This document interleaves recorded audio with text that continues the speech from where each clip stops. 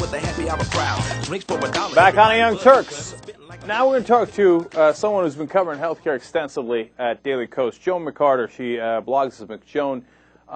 Joan, welcome back to the Young Turks. I'm glad to be back. Thank you. Thanks so much for coming on.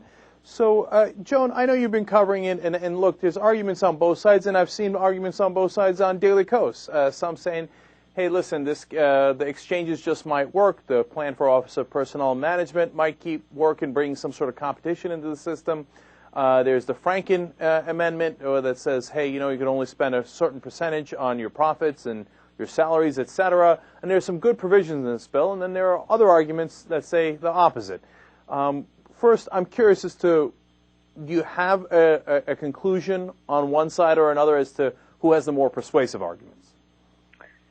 On the whole, I am on the this is generally worse than it is better side. There are elements that I think are good, but I don't know that they're outweighed by what's bad, unfortunately, because what's bad is really pretty bad.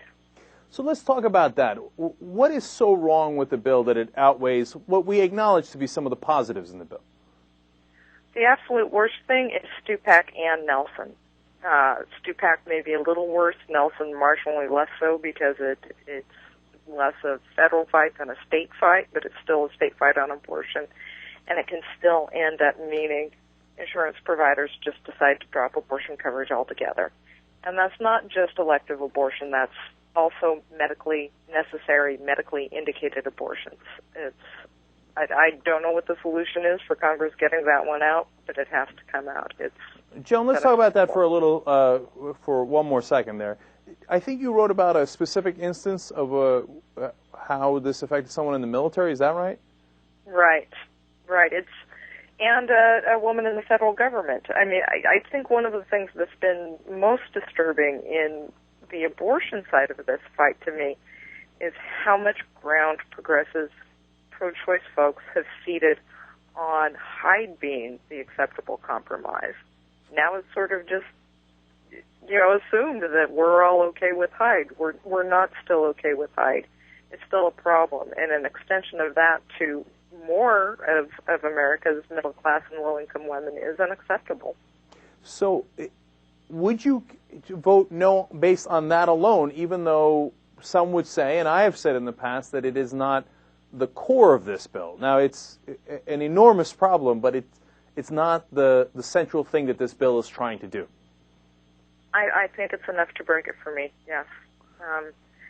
Particularly when you add on all of the other problems with the bill, the affordability factor, the lack of a public option, the excise tax, particularly if that prevails in the conference. All of these things are weigh it down too far. The abortion issue pushes it over for me. And it is a balancing act, so I understand that. So let's talk about rescission a little bit, something else that you've written about. Now, everybody says, hey, don't worry, at least they won't be able to do rescission where they come back and deny you the care that you need, which is the current policy that they have, that they use from time to time, because this bill does not allow for the insurance companies to do that. Can we rely on that? Is that accurate? The bill does not allow it, except, and here's the exception, in cases of fraud and willful misrepresentation. And fraud and material willful misrepresentation is what insurance companies have been using all along to rescind people's policies. My concern is that there's a loophole there, that until fraud, material, fact, misrepresentation isn't really well defined, we're still going to see rescissions, because we're going to have all of these insurance company lawyers who are well versed in fighting these things, finding every loophole they can. So, no, I seriously doubt rescissions are really going to be a thing of the past under this legislation. Joan, I forget if it was your blog or someone else's article that I read about the California situation. But yeah, that was mine. That was yours, right? So tell us what happened in California and the law on rescissions there. California actually did pass a law on rescissions, and they actually ended up having such a big fight with the insurance companies over it that they did end up essentially having to just drop it. They are not trying to enforce the anti-rescission law at all now against, specifically, I believe it was Blue Cross Blue Shield.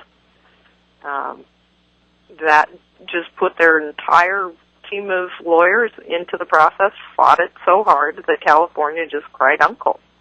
See, because that's what Joan is saying there is so important, because now almost all the cases that they do rescission on currently, the healthcare industry claims, oh, they're fraud. So even on the cases where the woman has acne and they won't treat her for breast cancer, they say, oh, well, she didn't tell us about that on purpose to try to mislead us, and et cetera, et cetera. So they claim fraud in almost every case anyway. So if you include this loophole of fraud, well, then they're going to say, all right, we're going to do rescission anyway, and then it's up to you to fight us in court. And California just ran out of money to fight their lawyers. So on a national level, of course, they're going to spend even more money on that, right, Joan? And so do we have a regulatory structure in place with this bill where the government can fight back, or do you think, like California, the federal government's going to roll over and let them do rescission anyway? Well, we don't have a regulatory structure, certainly not on a nationwide basis, because how the Senate has chosen to approach this is that state insurance commissioners are going to be up to doing the enforcement. So, you might have a Vermont that does a terrific job at doing that, and then you'll have a Louisiana that doesn't. And that's true for not just rescissions, but for all of these reforms. So we're not, I have a hard time imagining how we would see strong regulation across the board nationally on any of these regulations when it's left up to insurance commissioners. Let me ask you a question that I'm not sure what the answer is, hence I'm asking you the question. And we're talking to Joan McCarter, who blogs as McJoan on Daily Kos. She's been a contributing editor there since 2006. Joan, on the pre-existing conditions, do we run into that same issue about regulatory structure? Do the states have to handle that? Like if an insurance company denies me for whatever reason or charges me an insane amount of money, they say, oh yeah, we won't deny you, but your bill is $20,000 a month. I don't know. I'm making that up. That's obviously too much. But where would I go? How would that get resolved? You would probably go back to your state insurance commissioner. I think that they're going to be more careful on that one. That one's probably going to be more closely watched because it's more explicitly prohibited. It doesn't have that loophole, except for, as Wendell Potter and Howard Dean keep pointing out, in the case of community rating. What is that? That's where they're saying people who are older can pay 3 times as much for the same policy as younger people. So Joan, being older is a pre-existing condition, basically. So let me understand that better.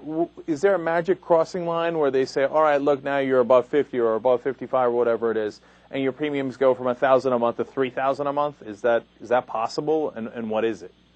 That is possible. They haven't set a specific age, and that's another concern. Who gets to set that age? Our insurance company is going to decide that, okay, it's 45. Presumably, Secretary of Health and Human Services will set that age. I hope so. Okay. That's not something that should be left up to the insurance companies, but I'm not positive on where that determination is going to be made. And in the best-case scenario where it's the Secretary of Health and Human Services, if a Republican is president, well, then you're going to have a Republican Secretary of Health and Human Services who could say then, you know what, 50 is pretty old, so is 45, maybe even 40, right? Exactly. That's one of the big problems with a lot of the areas, particularly around these kinds of reforms in the bill, is that it's all just left way too loose right now. And it's going to be up to the regulatory administration. And, when we saw what the Bush administration did with regulation, just imagine what another Bush administration could do in healthcare. It's potentially disastrous. All right, not to say that, these efforts shouldn't be made, that these reforms aren't critical. What it is to say is that the best way probably to get at these reforms would be through a competing public option. Right. And, we've talked a lot about why the public option is so important because it challenges the actual system of private insurance, which we can't trust, which is, I think, in my opinion, the real cancer here. But let's talk about the possibility that we're wrong, Joan. Is there a chance that the exchanges wind up providing real competition into the system, Is there a chance that we change the fee for services and that winds up being an enormous cost-saving measure, et cetera, and that this thing in the end winds up working? I think what we probably have the best hope for is that fee-for-service experimentation in the Medicare system. I think that that's probably the thing that's likeliest to sort of grab hold and hopefully extend. But, we're also then going to have a larger fight with providers down the road. So we'll see on that one. In terms of the exchanges, one of the key issues we're looking at now with the Senate bill is that they removed the antitrust exemption. So what that means is that those providers participating in the exchange will still have the ability to collude among themselves to fix prices, to determine who's going into what market, to really game the system within the exchanges because it's allowed, because, they're exempt from antitrust laws. So I don't know that the exchanges would necessarily make that easier for them, but I don't think that it's really going to provide real competition. The more we talk about the loopholes, the more I see why those Wall Street prices of the healthcare companies skyrocketed. Absolutely. And, remember what happened when Joe Lieberman said, no Medicare buy-in, no public option, that's it, you don't have me? And as soon as they caved in the majority leader's office, you saw that memo come out from insurance industry lobbyists saying, we won. They've won. There isn't a public option. All right. So finally, Joan, on the issue of subsidies, Nate Silver, among others, Ezra Klein, Jonathan Alder, so many smart people who are progressives say, hey, you know what, this is real universal coverage. These are giant subsidies we're talking about, and that liberals should be happy about that. One, is that right? And two, a lot of this comes in 2014. Is there a chance that the Republicans could come in the meanwhile, remove the subsidies, keep the mandate, and then we're in for a world of hurt? There is that possibility, and it's not a good possibility. We do have a demoralized base. We have the poll at Daily Kos showing how less likely Democrats are to turn out in 2010 and 2012 than Republicans, particularly in 2010. We lose the Congress, they can repeal this reform. They can repeal whatever parts of it they want to. They'd have to get past a presidential veto there, so that makes it a little harder for them. But it is a concern. It's a big concern for 2014. The subsidies are important.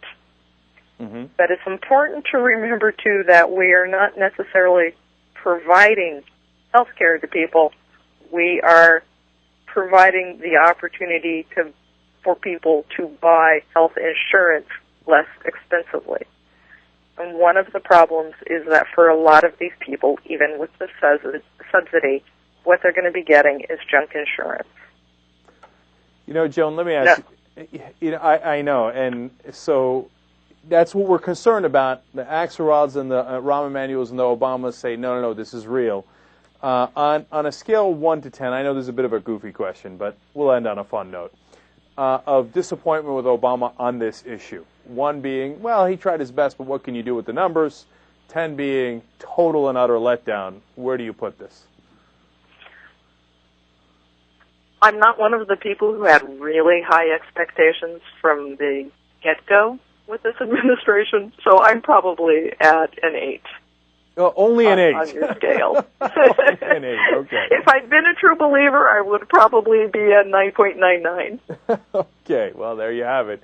Very clear on that. Joan McCarter blogs as McJoan on Daily Kos, and despite what Chris Matthews says, she's actually worked in politics her whole life, including working for Senator Ron Wyden from 87 to 93. I thought I'd throw that in there. I'm not just one of those backseat drivers, it's true. Exactly. Joan, thanks so much for joining us. Really appreciate it. Thank you. All right, we'll be right back.